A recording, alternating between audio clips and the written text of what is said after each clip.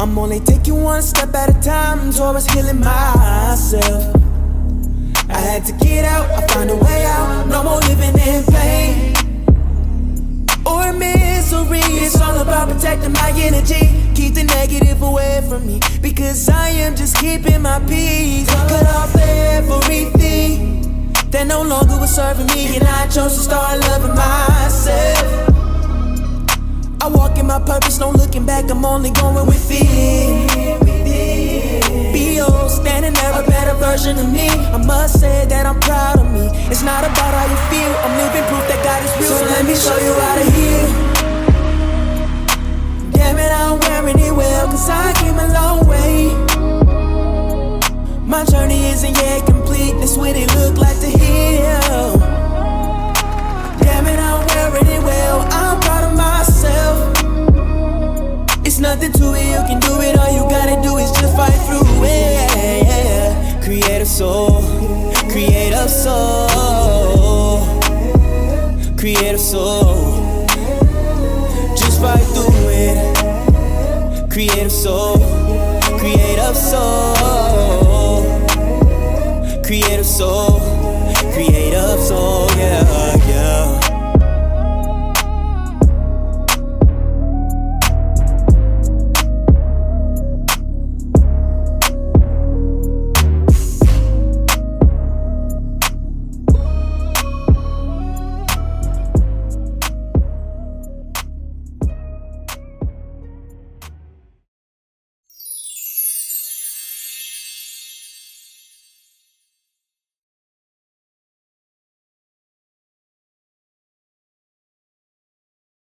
Welcome to Pain to Purpose podcast, where we have open discussions to heal together as a community. Today we're on episode 40, and we're talking about healing through mindful living and culinary wellness. And our special guest is Ms. Tamekia Lewis. Welcome, Ms. Tamekia Lewis. Hello, how are you today? I'm good. Thanks for asking. How are you? I'm doing very well, and thank you for inviting me. I really appreciate it. I'm looking You forward are to it. welcome. You are Mhm. welcome. I'm glad that you came on to share your testimony so that we can continue to help the community. So thank you. Absolutely, I'm here for that. So can you tell our audience and me a little bit about yourself? Sure. My name is Tamekia Lewis, and I'm a certified nutritionist. I have been in private practice since 2013, and I am branching out a little bit, and I am creating more of a social presence online and whatnot. And Okay. I have two children, two adult children, and I'm married to my high school sweetheart. We've been married for 30 years Oh, this year. hmm And congratulations. thank you. and and I just turned 50 on Sunday. I have Happy three grandchildren. birthday. Thank you. Thank you. I have three grandchildren, and I'm really into my family and whatnot. I practice yoga. I'm also just recently I'm in the middle of getting my yoga certification so that I can add that to the repertoire of healing and wellness that I try to promote. So I think you're trying to tell me I need to get back in the gym. I think that's Come what on it is. now. I've been Come with slacking. I me. gotta Come get with back me. into it. I've been slacking bad, real bad. Oh no. It happens to us all. Yeah, I gotta get back on track and get it together. So, Well, I'm here my for you, body sis. I'm can here for be you. I can be healed all around, mentally, physically, emotionally, all that is important. So, yeah, hmm Yes, absolutely. It definitely starts from the inside out, though. it does. It Yes, it definitely does. does. hmm hmm So, can you tell us the pain that got you to your purpose? Okay. Well, I'll start from the beginning. Um, I unfortunately do have childhood abuse in my past, and Okay. from the time I was about 4 to about 11 years old. Okay. And it was a situation where it wasn't really anything I could truly talk about, you know? And so, as a child, having to hold on to those things and try to manage those emotions, you know, by yourself at 4, 5, 6, and 7 can be a really traumatic thing. And it really does imprint on you and how you will interact with the rest of the world pretty much for the rest of your life. So when you say from 4 to 11, so nobody knew this whole time from 4 to 11. Well, some of the adults were told about it, Okay. but weren't necessarily capable at the time because of their own traumas, weren't necessarily capable at the time of helping me to deal with mine. Okay. And so it's one of those things that unfortunately is pretty common, where if we don't, if they people prefer not to talk about it, Hmm. you know. And yes, you want to, you know, I've been prayed for and things of that nature, and which Hmm. is definitely something that is necessary. Hmm. But you know, how you deal with those types of traumas in children is how they will come out of it. You have a better chance if of recovery and whatnot if you actually address it, even though it's painful for the adults. Okay. Hmm. And so go ahead, I'm sorry. You're okay. Hmm. So at 11 is when Hmm. it stopped Yes. for you. Yes, it was basically me refusing to allow it to go on anymore, and basically threatening to leave, run away, do things of that nature, in order to make it stop. Um, Okay. because to be honest with you, I was getting to the point where I was growing up, and I was afraid of, you know, having a child at 11 years old, you know? And so it's a very hard thing to manage, but I was able to, um, I basically ended up, like I said, talking about it. And that person was definitely removed at that time after those threats were made. But it was tough because it took that long, because now we have all of those years to recover from, Mhm. you know? Hmm. And so, how did you feel when this was going on? Did it make you feel like less than or singled out? Yes. You don't understand who you are and how you're supposed to behave because boundaries have been crossed, lines have been crossed. And so Mm. it's hard for you to understand, when it comes to even other people and how they deal with you, what's okay for people to do to you and what is not okay for people to do to you.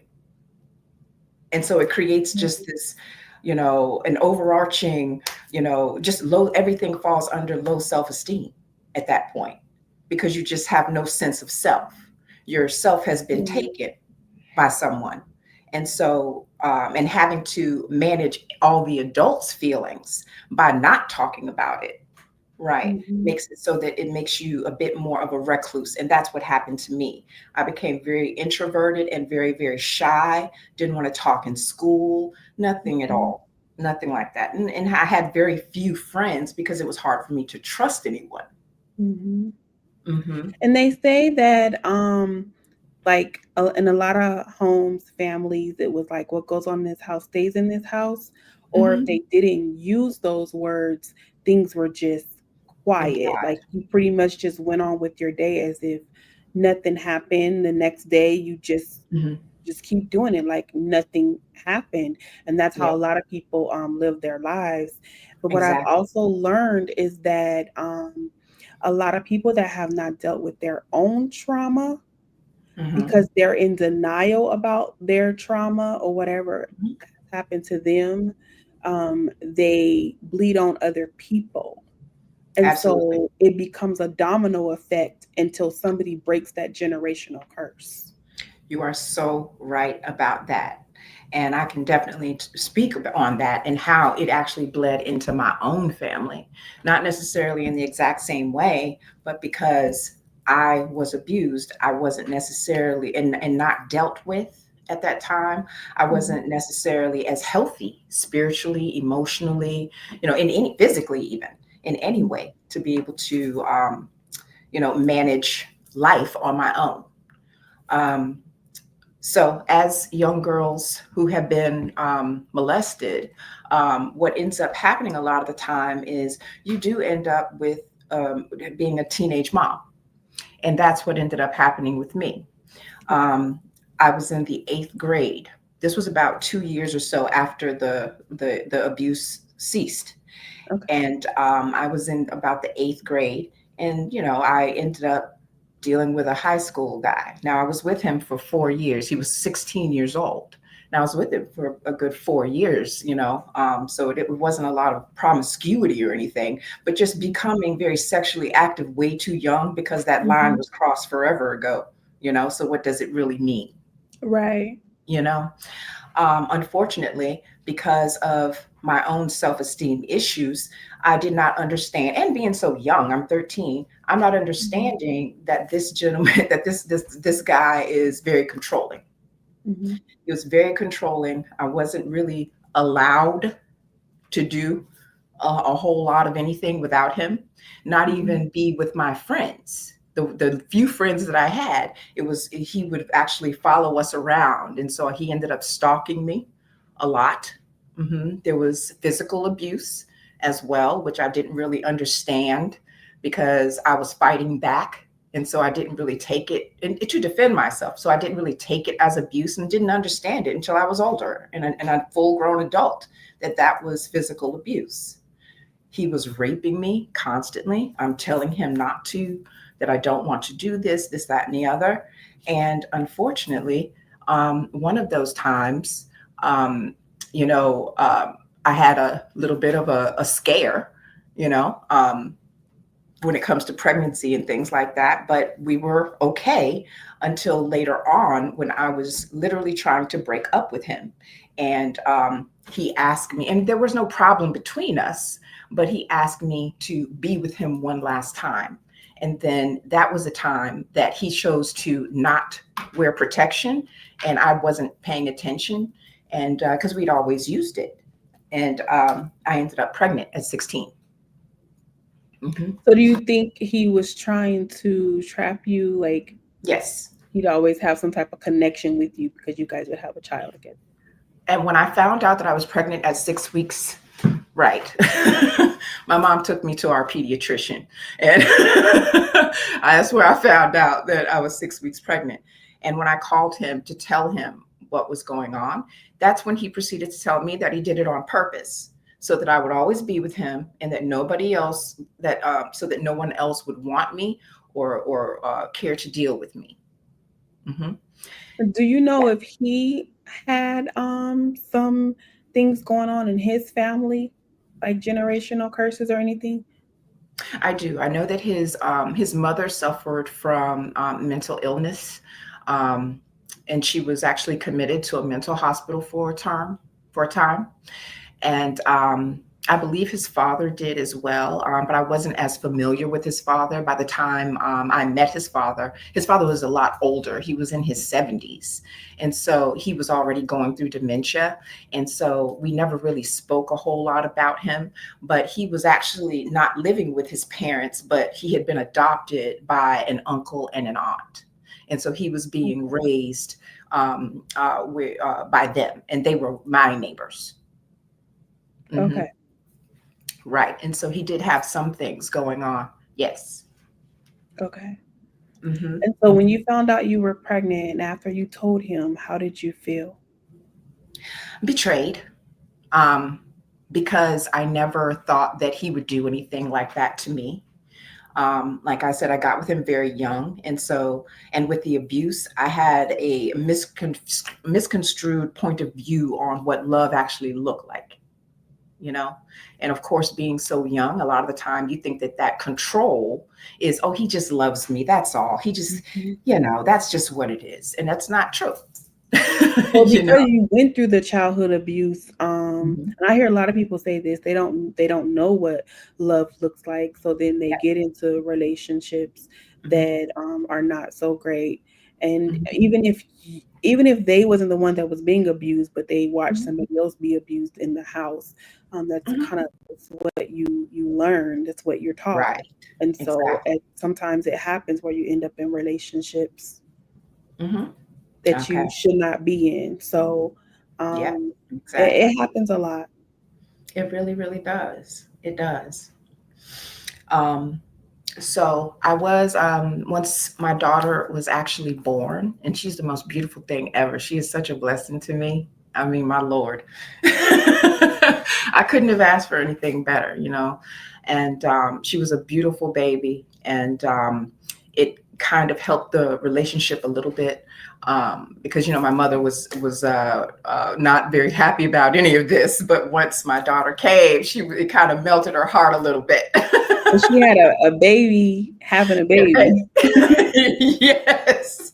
So a little stressful, you know, but she loved her so much, you know, so that was really good. The night that I took her home from the hospital, Mhm. I had gone downstairs. I had put her in her crib, in her bassinet, and I had gone downstairs to go and grab a bottle and whatnot to get her fed and all this. And I came back upstairs to my mom being in the room saying that she came to check in on her and that she was choking. And I didn't know why this would be happening. She hadn't eaten yet. She was laying down properly. I didn't know why this would be happening, but you know, it was happening, I guess. And so once my mom left the room, I just sat down next to her bassinet and I just prayed for God to send me a kind father for her, someone who was kind, excuse me, and loving, and who would love her as his own. 6 months later, I get with my husband, my now husband. Ain't the Lord good? I try to tell you. And we've been together ever since. And it was very difficult at first because, of course, no one wanted us to really be together, his family especially. Why are you taking on a teenage mother? What are you doing? No. But we had a bond, a connection. And I think we've proven that after 30 years of being solid together, more than 30 years at this point, you know, but married for 30. And so God sent him to us, and he's always taken care of us and things of that nature. But like I said, I was still dealing with trauma. And so the changes that were happening in life, because I'm a mother, and shortly thereafter, we moved out into his place, into his home. And so now I'm playing the role of wife and mom, and I'm A barely, lot. yeah.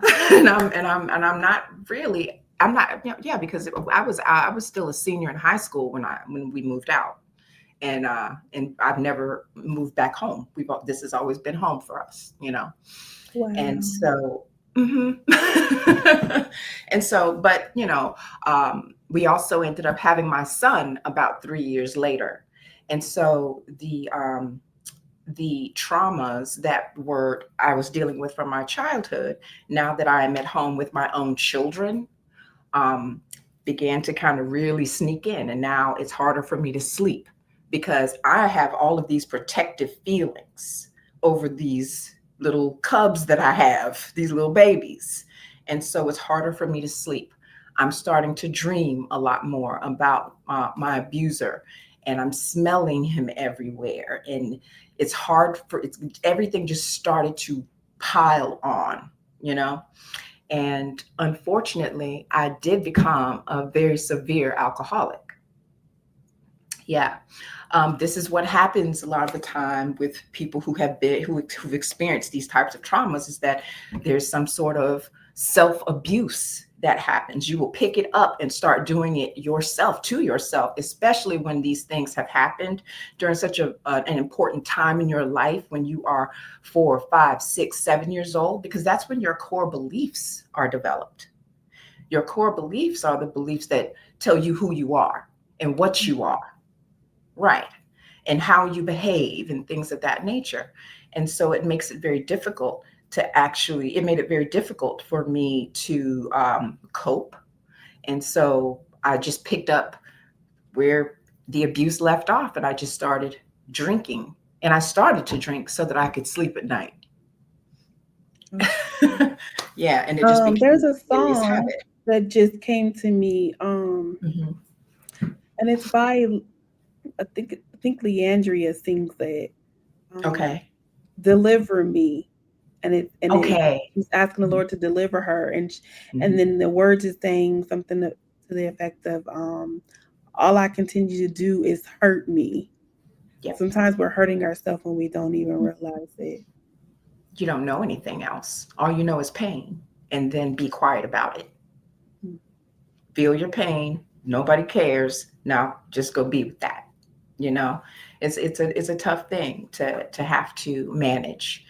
So this is where I'm saying, it drips all over your life. That's what we were talking about. We're continuing those generational curses and whatnot. And it wasn't necessarily the same exact thing, but it was tough for me to, once I actually was able to come through this, working through it meant that I had to understand how this affected my children to watch me be this person. Not that I intended to be anything Right, right. horrible, and it wasn't horrible or anything like that, but I wasn't always as present as I needed to be, you know?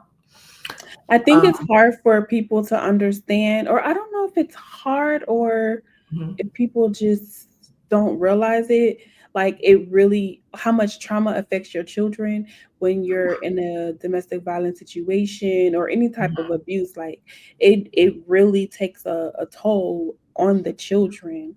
And It does. even when we think like you think your kids aren't paying attention, they're paying attention. Yes, they are. Because kids learn not always by from what you tell them to do, but they learn from who you are and the nuances of you. you know, your Mhm. your habits, and of course, you're going to tell them go clean your room, and they're going to go and learn those things. But a lot of the things that they learn about character and how to deal with life, they learn by watching you while Yeah. they're eating cereal in the morning, and you're on the Yeah. phone dealing with crazy. Yeah. Yeah. That part. So, so to fast forward a little bit, it took me a lot of prayer, because I definitely tried to quit drinking a lot over the years. It was always a struggle, and I was always trying. So it was never a situation where I gave up, Mhm. you know, because I cared too much about them, but I also didn't know how to deal with my stuff, you know. So I So didn't how give did up. that can I ask how did that affect like in your marriage, like or like the support that you got? Well, my husband has definitely always been here for me as best that he knew how to be here for me. You know, he hadn't dealt with anything like that in his life. And then on top of that, um, I was at home with our children. Number one, because at that time, we were very young. And so I had to stay home with the children because Mhm. we couldn't afford daycare.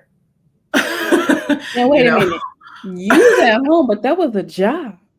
Oh, yes. Oh, it was You definitely a take care of the job. kids, you gotta take care of home, cook, clean, wash Uh, clothes. Oh, you was on a job.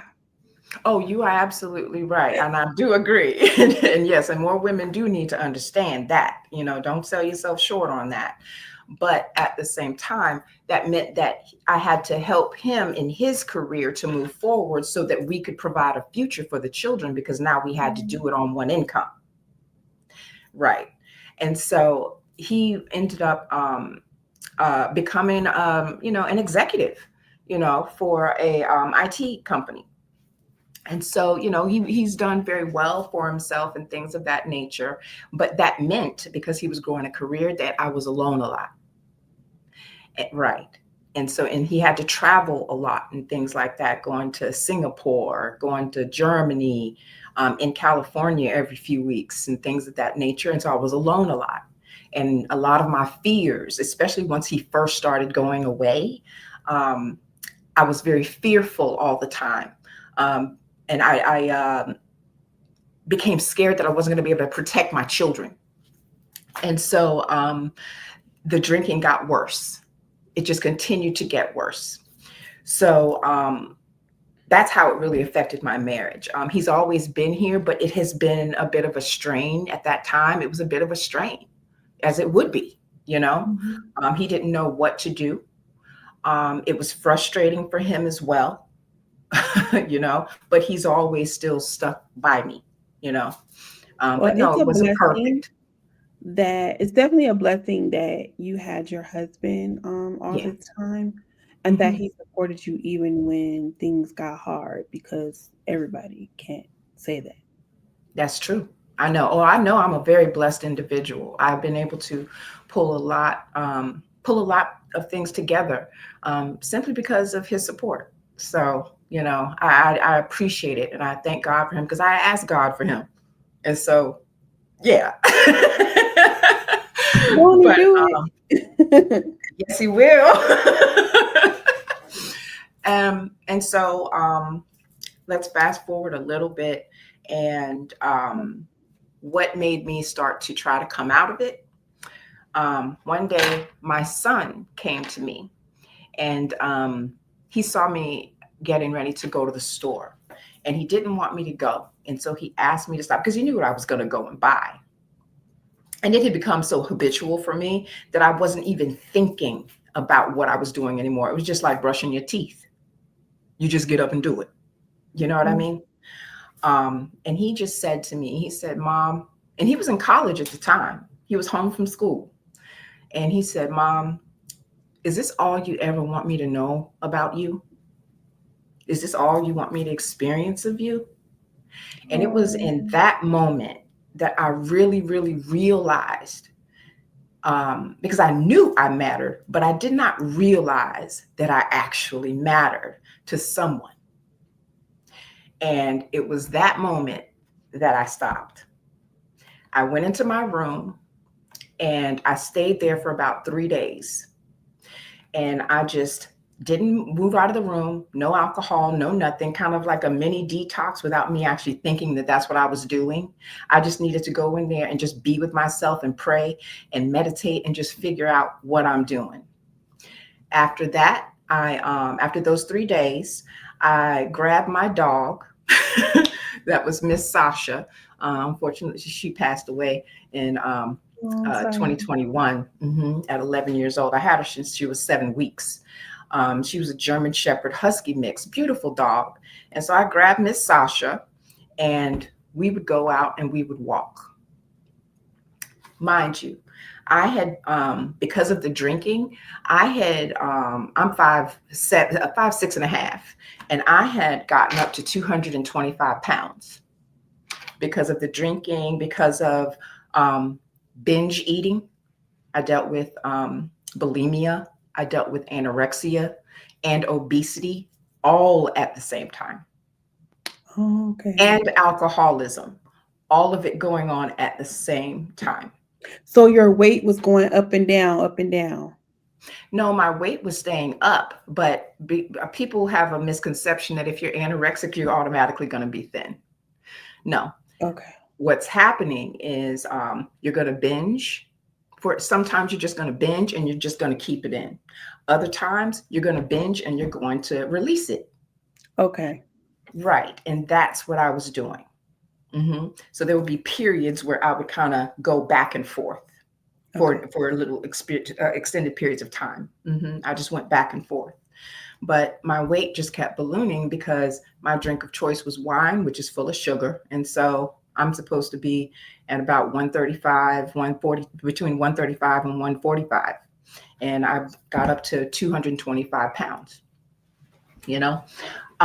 So I started taking care of my body. This is where the mindful living and culinary wellness came in. This is where I started to really be mindful about understanding how important I am to my children and actually, and to my life, to me, to my yourself. husband, to everybody. Yes. And to I wouldn't put anything that wasn't of the earth, made in a lab, into my body. And so I made that vow to myself to just take care of myself. I would grab my dog, Miss Sasha, and we started walking every day. And we would talk to God. Sasha knows all my business. Because we would talk to God and meditate and pray while we worked our way up to about 3 miles a day. Okay. Right. And then getting back home and really, I had already known about nutrition and I had been doing things in nutrition, but to really help myself to truly, truly heal was in this moment where So I there have to is. ask, Mhm. how did it feel when you started taking those walks and you started feeling a little different? What did that look like for you? Empowered. I felt empowered. I felt strong because I was doing something other than lying in my bed, because now my children are grown and they're off doing their own thing. They're in school and they're doing their own thing. So there's no real purpose for me. I'm not lying in my bed all the time. And I'm actually up and out and I am engaging a bit more with the world. I'm meeting people and I'm learning how to trust myself, because you can't always trust other people, but you can trust yourself, to deal with whatever other people might bring to the table. But that came with the confidence. I felt empowered because I was taking charge. I was taking control and not allowing myself to be the victim anymore. Mhm. And I now you're started victorious. you know what? I feel so good. I really do.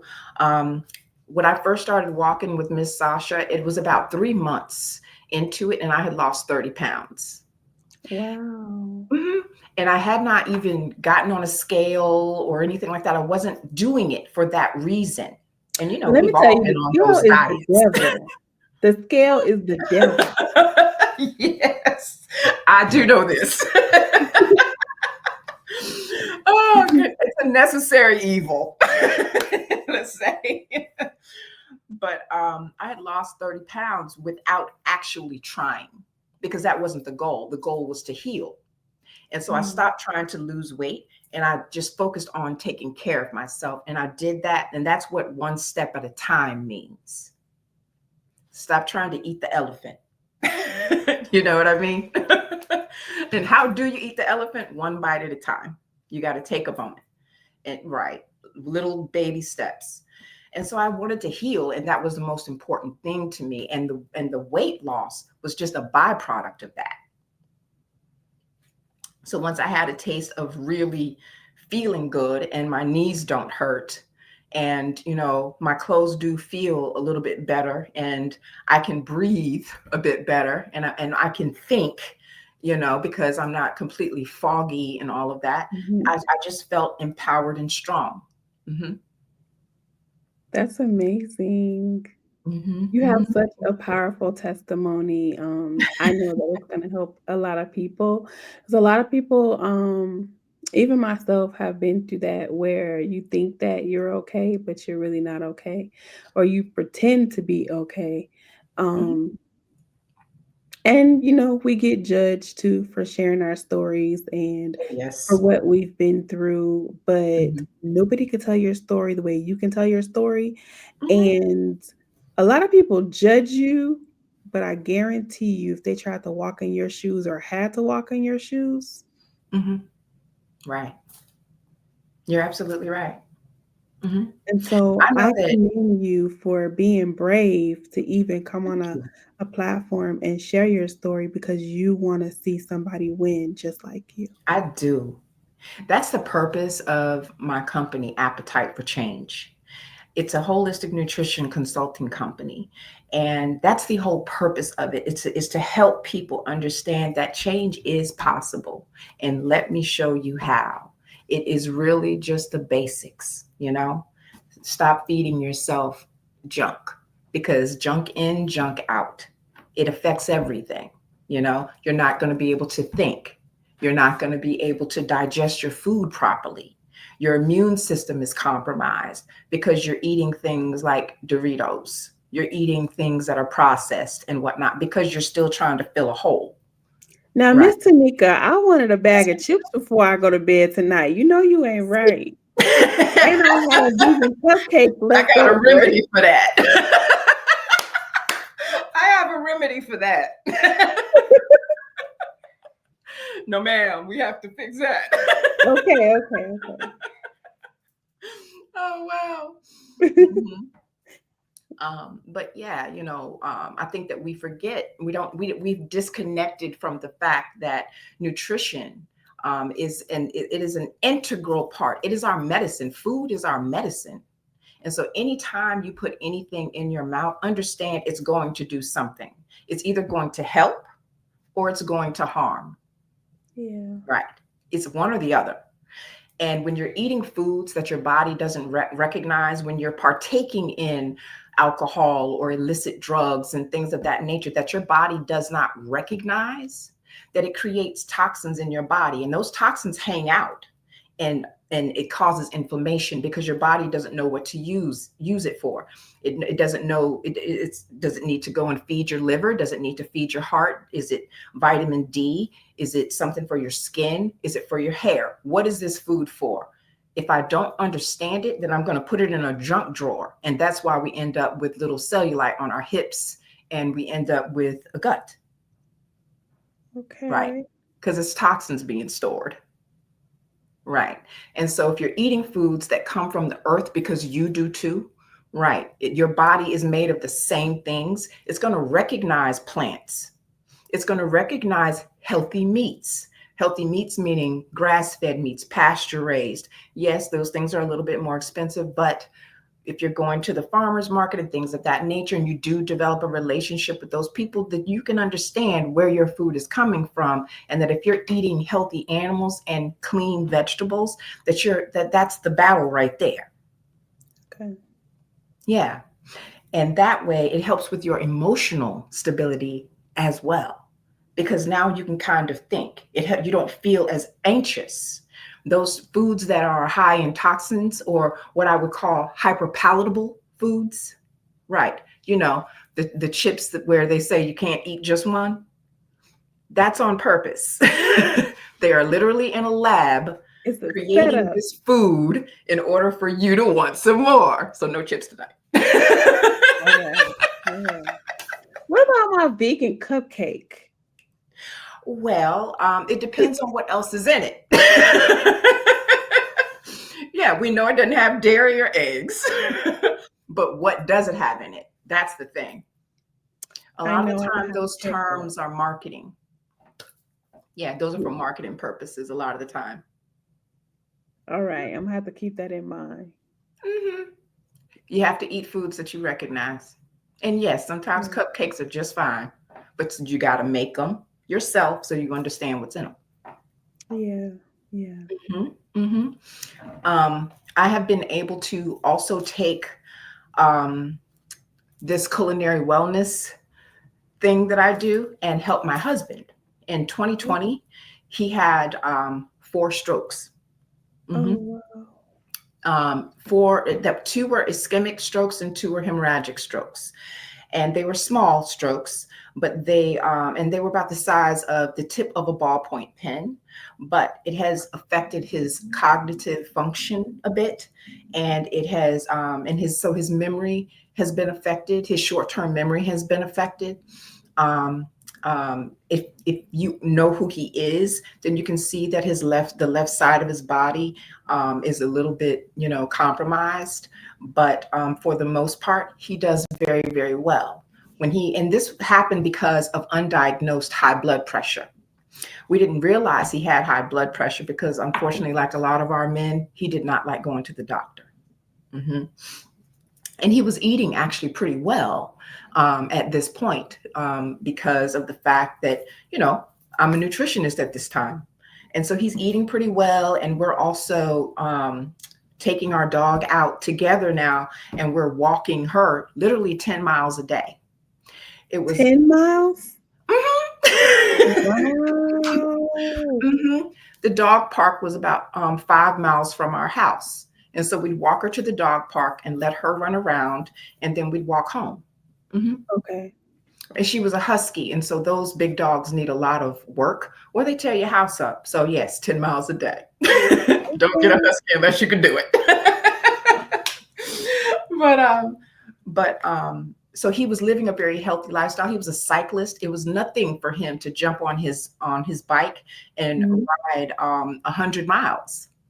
Right. So it isn't that he had any signs or symptoms of anything. But one day he just had a severe headache. And so I finally convinced him to let me take him to the emergency room. And they told me that his blood pressure, which is supposed to be a normal blood pressure, which is still a little bit high, a normal blood pressure is considered 120 over 80.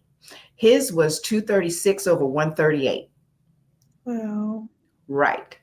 And I had no idea why. And so they sent us straight to, sent him upstairs. This was all during COVID.